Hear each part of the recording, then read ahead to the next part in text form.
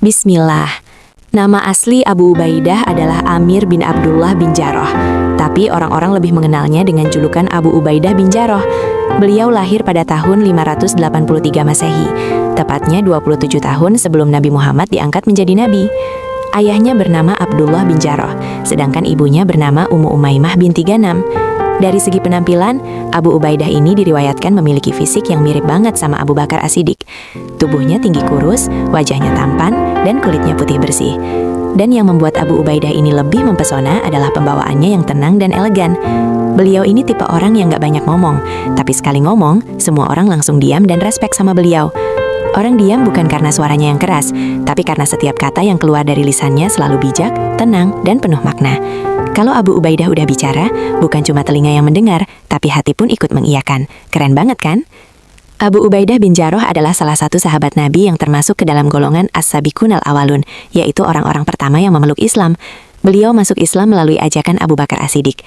Masuk Islam di awal penyebarannya bukanlah hal yang mudah. Berani masuk Islam berarti sudah siap menerima resiko, sudah siap hilang harga diri, dan siap menerima tekanan dari kaum kafir Quraisy. Begitu juga dengan Abu Ubaidah.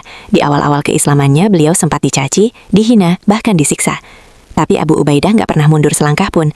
Meskipun beliau sempat hijrah ke Habasyah, tapi itu nggak bertahan lama. Setelah beberapa saat, Abu Ubaidah langsung memutuskan untuk kembali ke Mekah. Beliau ingin berada di dekat Rasulullah.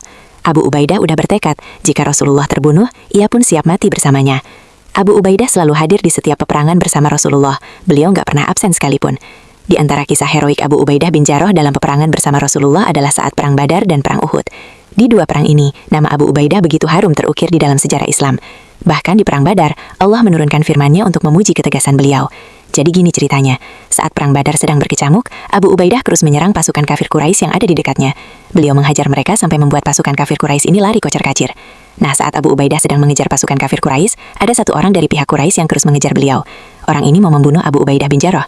Anehnya, setiap kali orang ini mau nyerang Abu Ubaidah bukannya nyerang balik, beliau malah ngejauhin orang ini dan berusaha untuk menghindarinya.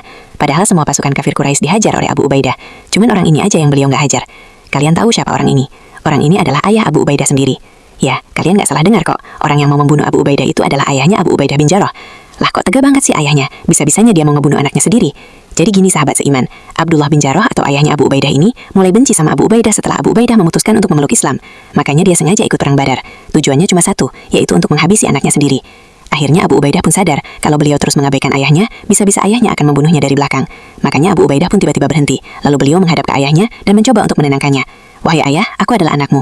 Aku tidak akan menghabisimu. Jika ayah tidak berniat menghabisiku, lebih baik jangan berhadapan denganku. Jika ayah tetap melawanku, aku tidak akan melawan